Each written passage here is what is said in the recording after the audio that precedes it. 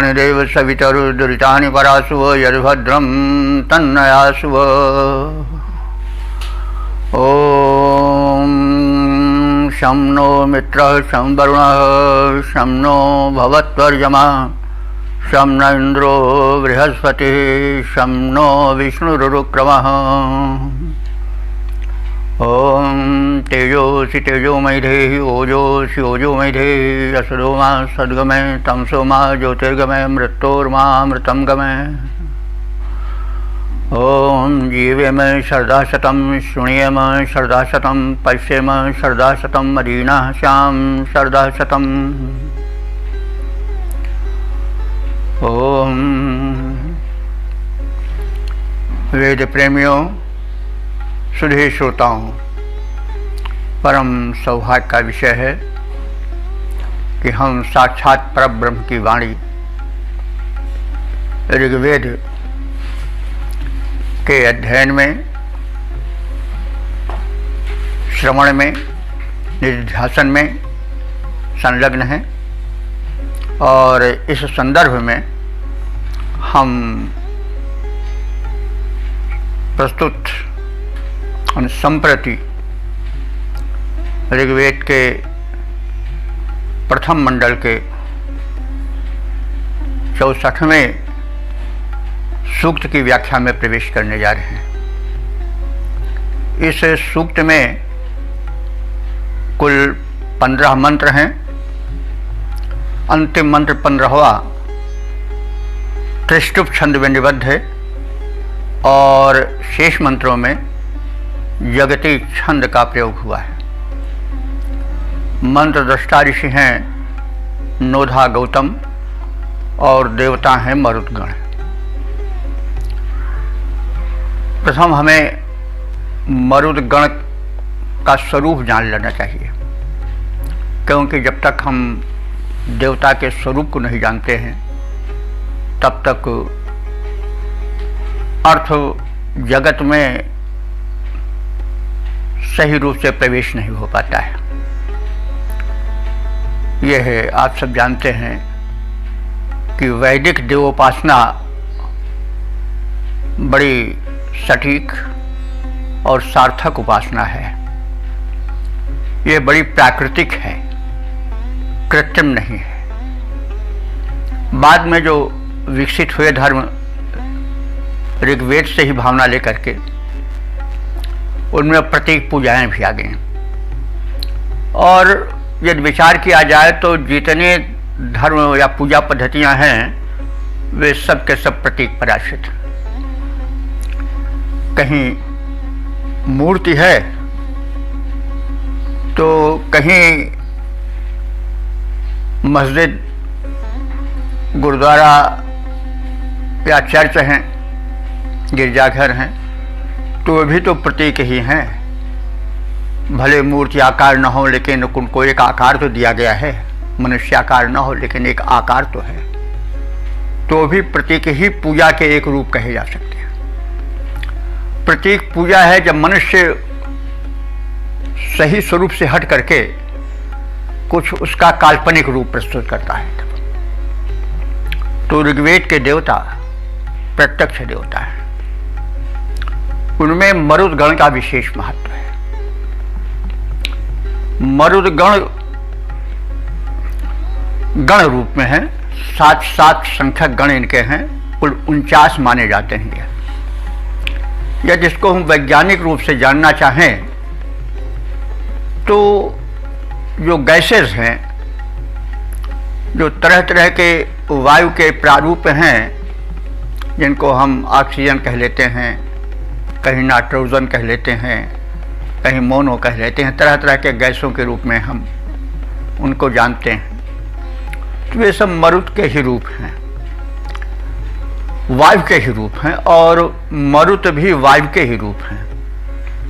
मरुत वास्तव में जो प्रभंजन वाला रूप होता है, आंधी तूफान वाला रूप होता है, चक्रवात वाला रूप होता है, जो झंझावात का रूप होता है, या मानसूनी जो पवन का प्रवाह होता है, इन सबको हम मरुत गण के अंतर्गत ले सकते हैं।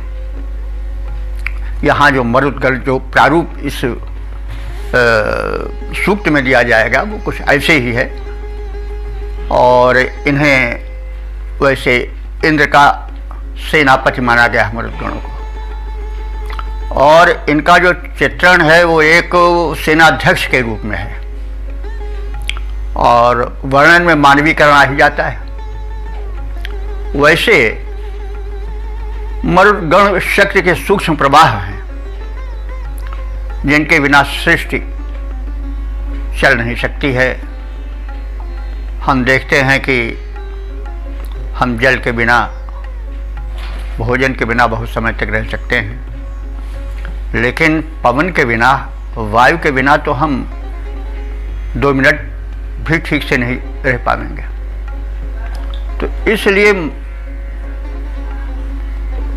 मरुत का महत्व कई रूपों में महनीय है। मरुत का जो प्रभंजन वाला रूप है, आंधी और तूफान वाला रूप है, वही यहाँ पर वर्ण है, उसका भी अपना महत्व है। और उसके विषय में जो अलंकारिक वर्णन है वो हम प्रस्तुत करेंगे, और उसके यानी अभिधात्मक रूप में भी जानने की चेष्टा करेंगे, क्योंकि आवश्यक है कि हम तथ्य को यथावत रूप में प्रस्तुत करने के लिए उसकी आलंकारिकता को हटा करके अभिधेय अभिधात्मक रूप में प्रवेश करें। तो संक्षेप में यथासंभव हो सकेगा हम उसे भी संकेतित करते चलेंगे। तो रुद्र से आप लोग परिचित हैं। शिव जी का भयानक रूप रुद्र है, कहा जाता है, जो प्रचलित है। रुद्र का अर्थ होता है रोदेति, दुष्टान शत्रुन्वा इत रुद्रा, जो दुष्टों को, शत्रुओं को रुला दे, वो रुद्र है। तो इन मरुदगणों को रुद्र का पुत्र भी कहा गया है, इसलिए इनको रुद्रीय ऐसा भी संबोधन किया गया है, जो हम यथा प्रसंग देखेंगे। तो अब इन रुद्रों के विषय में क्या क्या परिचय दिया गया है उसका हम मंत्रों में दर्शन करेंगे। तो यहाँ पर ये रुद्र जो हैं वो एक सशक्त देवता के रूप में, क्षत्रिय प्रत्येक देवता के रूप में प्रस्तुत किए गए हैं। वास्तव में जो हम उनका रूप बाहरी देखते हैं वो उनका भीतरी रूप का एक सूक्ष्म का स्थूल प्रकटीकरण है। वास्तव में जो मर्त शक्ति है वो सूक्ष्म है, उसका भिन्न भिन्न रूपों में प्रकटीकरण होता है। कभी प्राणवायु के रूप में, ऑक्सीजन के रूप में, कभी नाइट्रोजन के रूप में, कभी विभिन्न गैसों के रूप में, कभी चक्रवाती पवन के रूप में, कभी जो है वो झंझावात के रूप में, प्रभंजन के रूप में, और इस प्रकार से उसका विभिन्न रूप है, लेकिन है चीज एक ही। तो इसीलिए उसका गण कहा गया है और उनकी संख्या 49 निर्धारित की गई है। तो अब हम मंत्र की व्याख्या जगत में प्रवेश करेंगे। अब इस ऋग्वेद के प्रथम मंडल के 64वें सूक्त के प्रथम मंत्र की व्याख्या में प्रवेश करेंगे। इसके जो ऋषि हैं वो नोधा गौतम हैं, देवता मरुदगण हैं, और छंद जो है वह जगती है। तो जो प्रथम मंत्र है उसका शीर्षक है कि अस्तुत मरुदगणों का गुणगान अवश्य हो। अब संबंधित मंत्र का प्रथम पाठ हो जाए। ओम विष्णुवे शरधाय सुमखाय वेधसे नोधः सुवृत्तिं प्रभरा मरुद्भ्यः अपो न धीरो मनसा सुहस्तो गिरा समंजे विदथे स्वाभुवः। शब्दार्थ से परिचय प्राप्त करें। नोधा, नोधा ऋषि का नाम है और इसका हम शब्दार्थ जानना चाहें तो और विस्तार से परिचय प्राप्त करना चाहें तो कह सकते हैं कि काव्यकर्ता ऋषि। तो हे काव्यकर्ता ऋषि नोधा, उनसे अनुरोध है कि हे नोधा ऋषि, हे काव्यकर्ता ऋषि, तुम गुणगान करो। किनका गुणगान करो? विष्णे बलशाली मरुतों का। और किस प्रयोजन से गुणगान करो? वृष्ण, वृष्ण माने बल, बल पाने के लिए। और सुमखाय, सु माने सुंदर, मख कहते हैं यज्ञ को। यज्ञ कर्म को सुंदरता से परिपूरित होने के उद्देश्य से उनका गुणगान करो। और ऐसे मरुद्भ्यः, मरुतों के लिए सुवृत्तिम प्रभर, सुवृत्ति कहते हैं अच्छी तरह से उच्चरित, पठित मंत्रों को, प्रभर माने विशिष्ट रूप से निर्मित करो। तो मंत्र दृष्टा ऋषि हैं जो कि उसको छंदोबद्ध करते हैं। संदेश तो ईश्वरीय होता है लेकिन उसको छंद में निबद्ध करने वाले ऋषि होते हैं। तो नोधा ऋषि से जो पुरोधा है, होता है, आवाहक है, वह अनुरोध कर रहा है कि आप कथित गुणों से युक्त मरुदगण के लिए उत्कृष्टतम छंदों में उनके गुणगान को निबद्ध करो, प्रस्तुत करो। और धीरा, ये जो मरुदगण हैं वो धीर हैं। धीर का अर्थ होता है जो मतलब धैर्यवान हो, लेकिन वास्तव में अगर इसकी व्युत्पत्ति करें तो धी कहते हैं बुद्धि को, और धीर माने जो बुद्धि युक्त हो, क्योंकि बुद्धि संचालिका होती है। जब बुद्धि में जब तक धैर्य रहता है, बुद्धि में जब तक अडिगता रहती है, तब तक व्यक्ति धीर बना रहता है। बुद्धि में विचलन हुआ तो व्यक्ति डगमगा जाएगा। तो धी शब्द धी से बना है, बुद्धि से बना है, माने अडिग रहने वाला, मिला करके उसका सामान्य अर्थ होता है। और धीर बुद्धिमान को भी कह सकते हैं क्योंकि बुद्धि सबकी संचालिका है। और सुहस्त्य, तो सुहस्त्य माने आप हाथ जोड़कर उनकी प्रार्थना करो। हाथ जोड़कर मतलब हुआ कि विनम्र होकर के। जब हाथ जोड़ लिया जाता है तो उससे विनम्रता का भाव द्योतित होता है और प्रार्थना में विनम्रता परम आवश्यक है। तो सुहस्ते माने अपने हाथों को जोड़कर प्रार्थना की मुद्रा में उनकी प्रार्थना करो। और मनसा माने मन द्वारा, विदिथेषु आहुआ, विदिथेषु माने यज्ञों में, आहुआ माने प्रभावपूर्ण बनाओ, प्रभाव युक्त करो, उनको विशिष्ट शक्ति से, प्रभा से युक्त करो। गिरह माने होता है वाणी, उच्चारण, तो मंत्रों का उच्चारण सुंदर वाणी में हो। और अपहना, अपह अप कहते हैं जल को, न माने समान, अपह न माने जल के समान, सम अंजे वर्षा करो किसकी, मंत्रों की, प्रार्थनाओं की। जैसे जल वृष्टि होती है, अनवरत होती चलती है, उससे एक शांति और संतुष्टि मिलती है, तृप्ति मिलती है।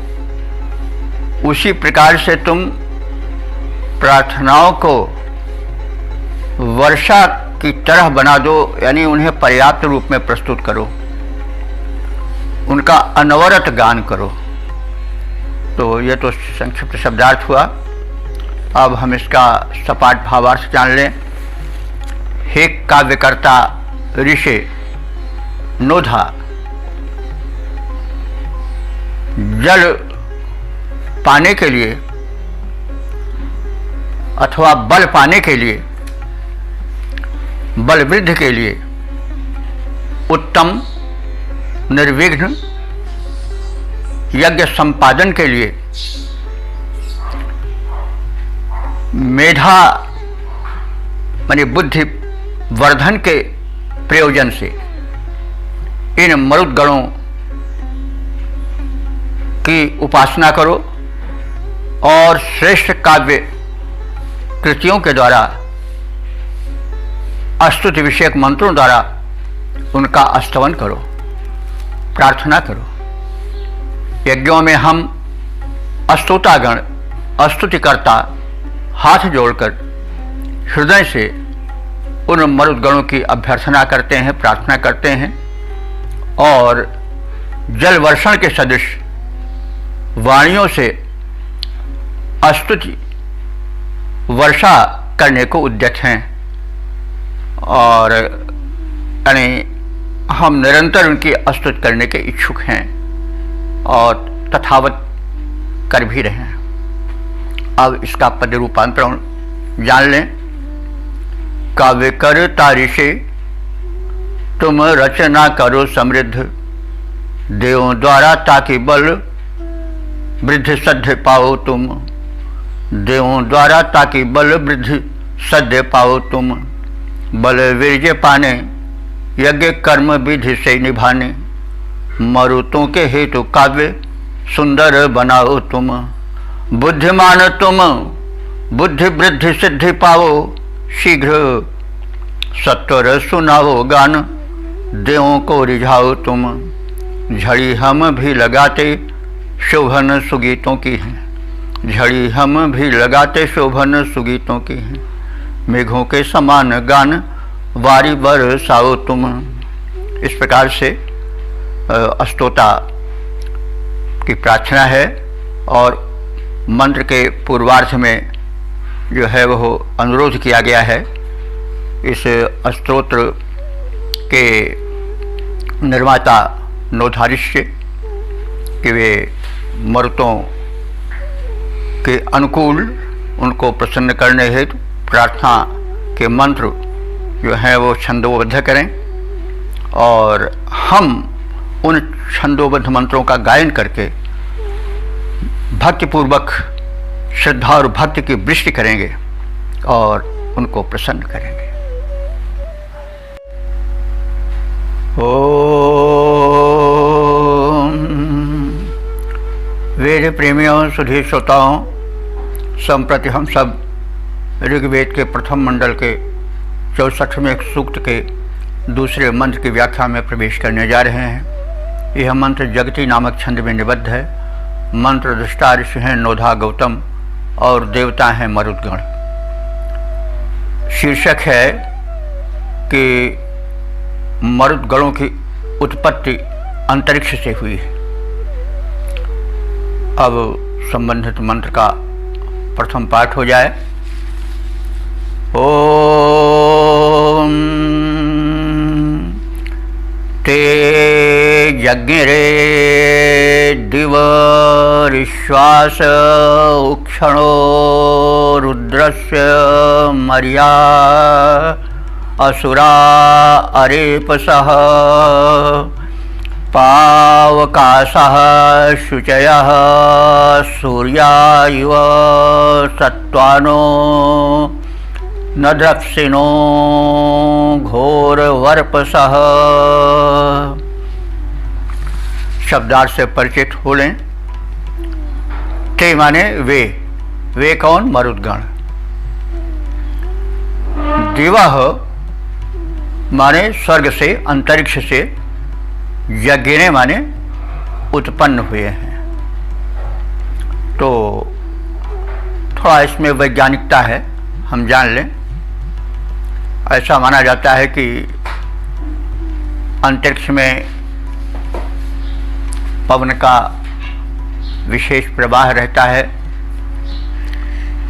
और वास्तव में जो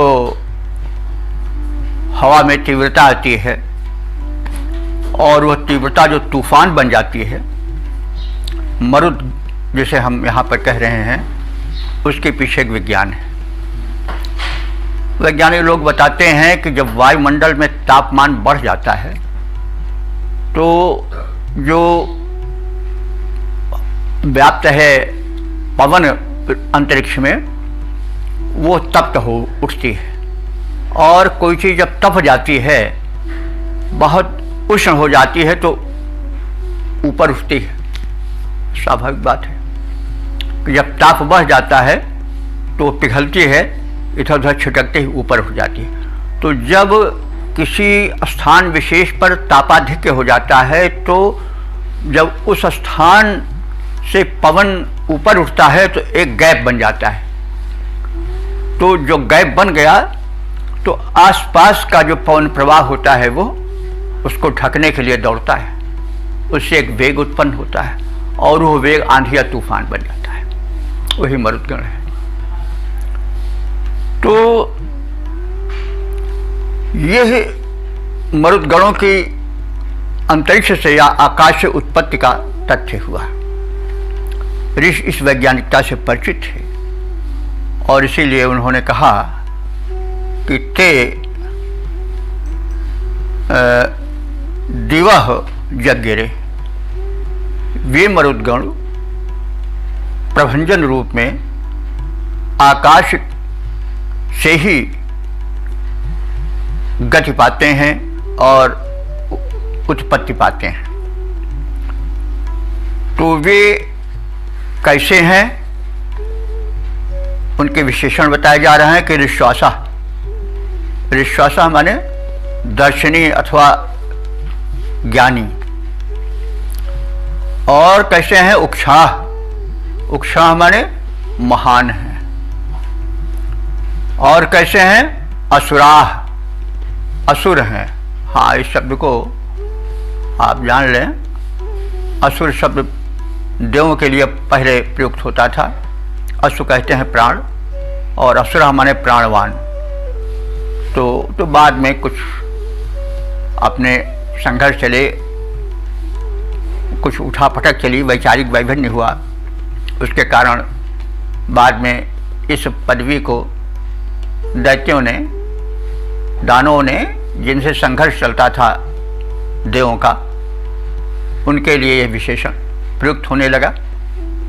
देवता अपने को सुर कहने लगे, वो अपने को असुर कहने लगे, और अंत में आज जो रूढ़ शब्द है वो उनके लिए है। लेकिन ऋग्वेद के मंत्रों में असुर शब्द प्रायः अच्छे अर्थ में आया है, देवताओं के विशेषण के रूप में प्रयोग हुआ है। और ये कैसे हैं मरुद्गण? अरेपसः, रेप कहते हैं पाप को। अच्छा देख लीजिए, रेप शब्द जो है आज भी अंग्रेजी में चल रहा है कि रेप हुआ, बलात्कार आदि के लिए, दुष्कर्म के लिए प्रयुक्त होता है। रेप शब्द बिल्कुल ऋग्वेद से लिया गया है। आज का जो रेप अंग्रेजी में चलता है, बड़ा प्रचलित शब्द है। तो रेपसा माने पाप वाला, और अरेपसा माने वो निगेशन है, आ लग जाता है तो पापहीन, पाप रहित। तो ये मरुद्गण कैसे हैं? पाप रहित हैं। पाप रहित इसलिए हैं कि उनका कोई कार्य अपने लिए नहीं होता। कार्य जब अपने स्वार्थ के लिए होने लगता है तब जो कुछ तोड़फोड़ होती है वो पाप बनती है।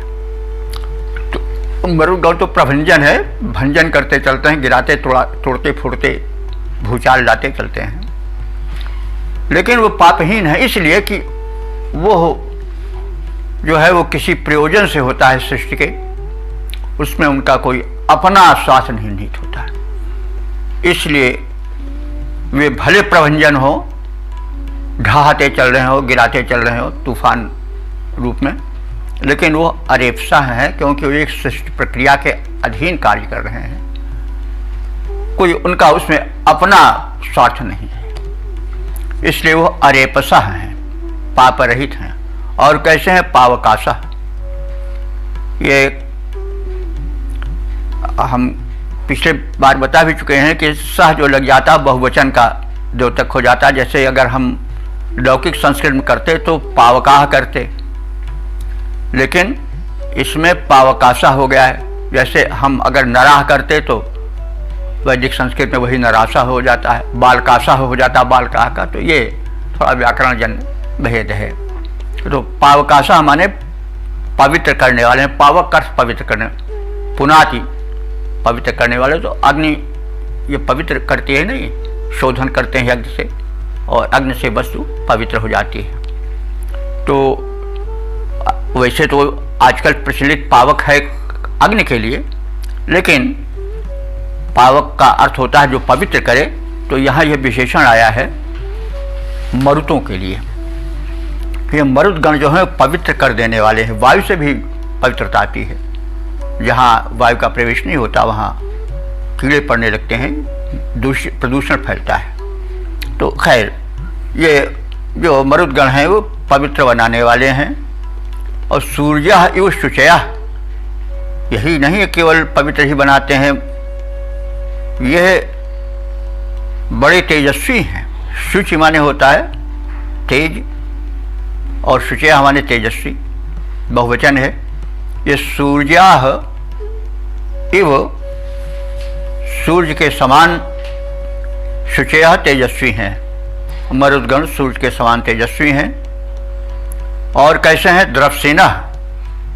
देखिए द्रव्स शब्द भी ध्यान देने योग्य है। द्रव्स का बहुवचन है, द्रवसेना है। तो द्रव्स शब्द से सुन करके ड्राफ्स का याद आ जाता है। अंग्रेजी में ड्राफ्स चलता नहीं, बूंद को कहते हैं ड्राफ्स। ड्राफ्स है, प्रचलित शब्द है, लेकिन ये इसी द्रव्स से निकला है। तो अब यहाँ पर ये जो ड्राफ्स हैं, द्रव्स है, यह आया है बूंद बूंद टपकाए जाने वाले सोमरस से।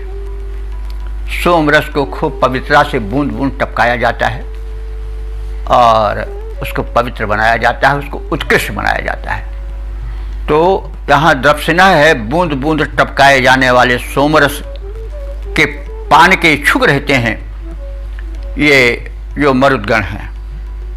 और मरुदगण कैसे हैं? सत्वाना।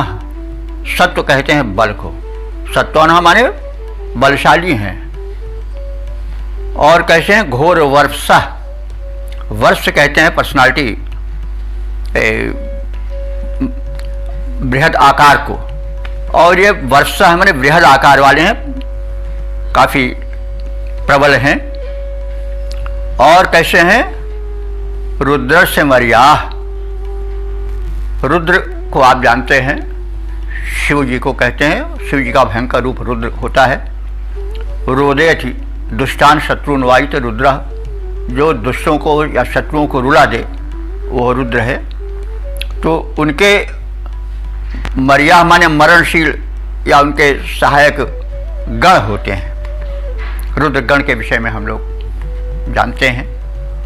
तो जैसे रुद्र पर मर मिटने वाले उनके गण अपने कर्तव्य में तत्पर रहते हैं, वैसे ये जो मरुदगण हैं वे भी अपने कार्य के संपादन में सदैव तत्पर रहते हैं। उसकी उपमा दी गई है कि रुद्र के ऊपर मर मिटने वाले यानी कुर्बान हो जाने वाले उनके गणों की भांति ये भी माने रुद्र, ये मरुदगण भी अपने कर्तव्य पर न्यौछावर हो जाने वाले हैं, बलिदान हो जाने वाले हैं। और इस प्रकार से ये स्वर्ग से उत्पत्ति पाने वाले मरुदगण के विशेषण बताए गए, उनकी विशेषता बताई गई। शब्दार्थ से हम संक्षेप में परिचय प्राप्त किए। अब भावार्थ को सपाट रूप में देख लें। वे महान, प्राणवान, निष्पाप, पवित्र बनाने वाले, सूर्य की भांति तेजस्वी, बृहदाकार, बलवान, रुद्र के मर मिटने वाले गणों के समान और सोमपान करने वाले ये मरुदगण बड़े महान हैं। इनकी उत्पत्ति जो है वो अंतरिक्ष से होती है। तो अब इसका हम छंदोबद्ध रूप देख लें। जन्म पाए आए स्वर्ग लोक से मरुदगण, जन्म पाए आए स्वर्ग लोक से मरुदगण, शोभन शरीर धीर वीर बलवान हैं, दीप्तिमान सूर्य के समान तेजवान, दिव्य आकार प्रकार भारी मल्ल के समान हैं, रुद्रगण के समान बड़े ही जुझारू वीर, रुद्रगण के समान बड़े ही जुझारू वीर, रण पे उतारू करें सोम रस पान हैं, पावन बनाते पाप दोष को मिटाते आते, बड़े ही समर्थ और बड़े शक्तिमान हैं, बड़े ही समर्थ और बड़े शक्तिमान हैं। ओम। वेद प्रेमियों, सुधी श्रोताओं, संप्रति हम सब ऋग्वेद के प्रथम मंडल के 64वें सूक्त के चौथे मंत्र की व्याख्या में प्रवेश करने जा रहे हैं। यह मंत्र जगती नामक छंद में निबद्ध है। मंत्र दृष्टा ऋषि हैं नोधा गौतम और देवता हैं मरुदगण। विषय है मरुदगणों के गुण गण। तो अब संबंधित मंत्र का प्रथम पाठ हो जाए। ओम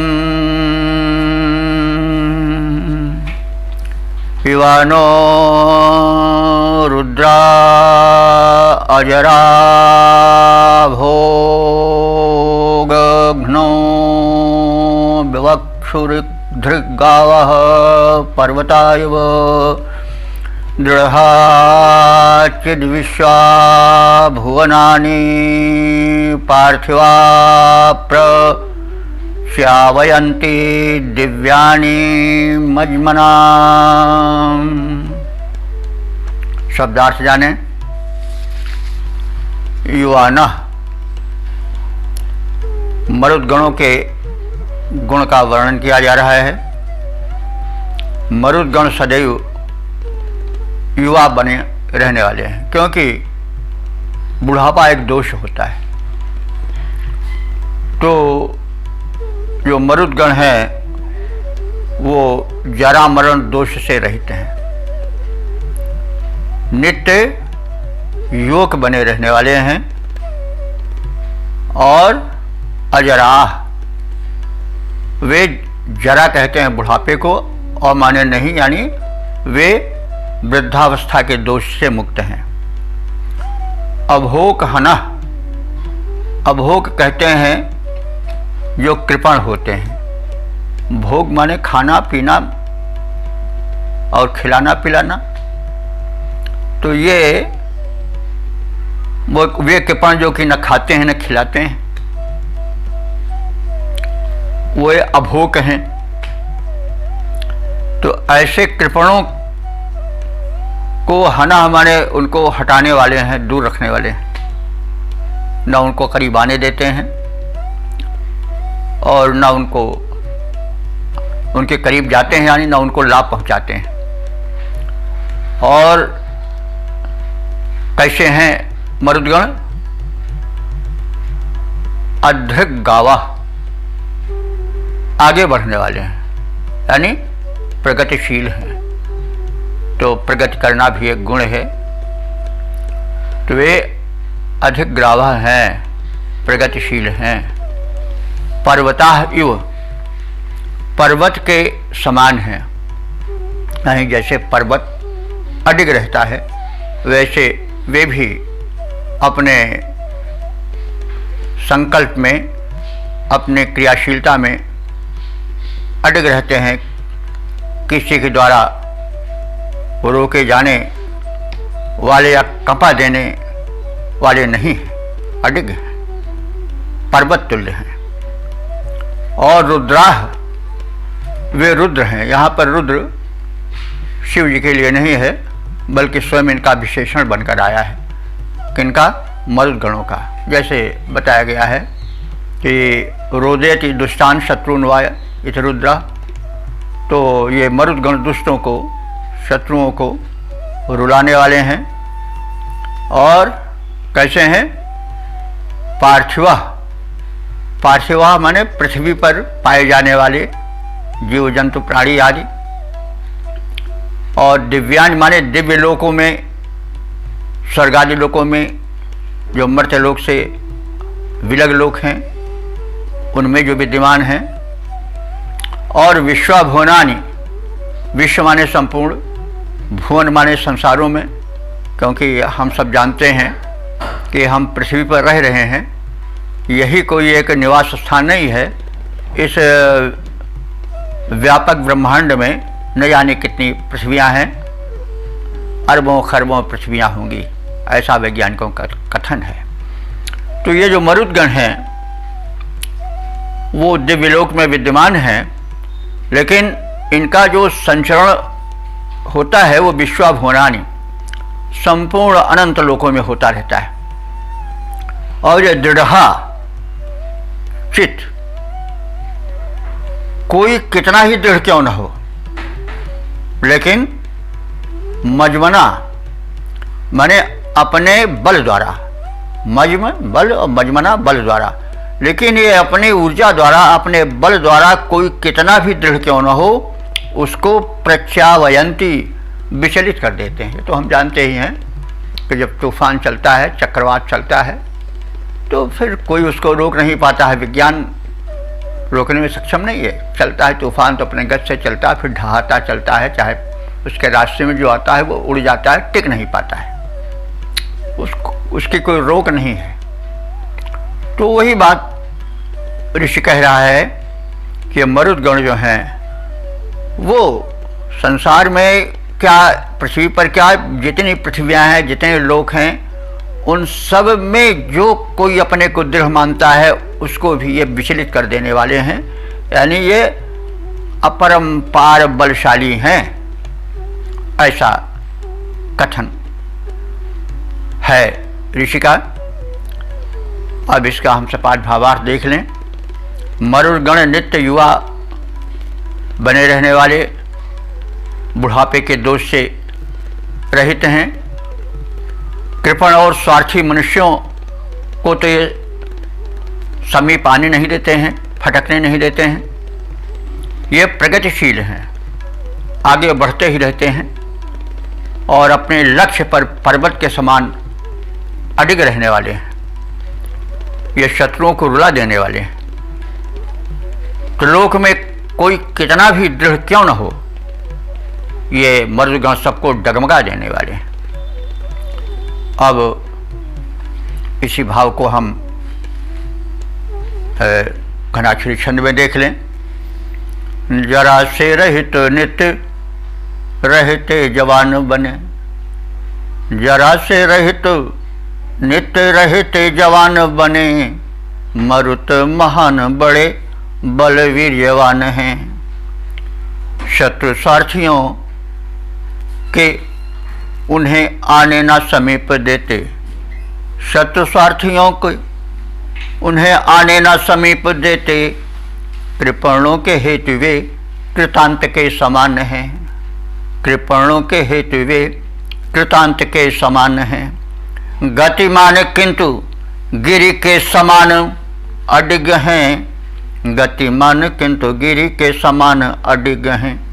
रिपु को रुलाने वाले रक्षक महान हैं, कोई क्यों न कितना ही दृढ़ हो त्रिलोक मध्य, करते मरुत सबको चलायमान है।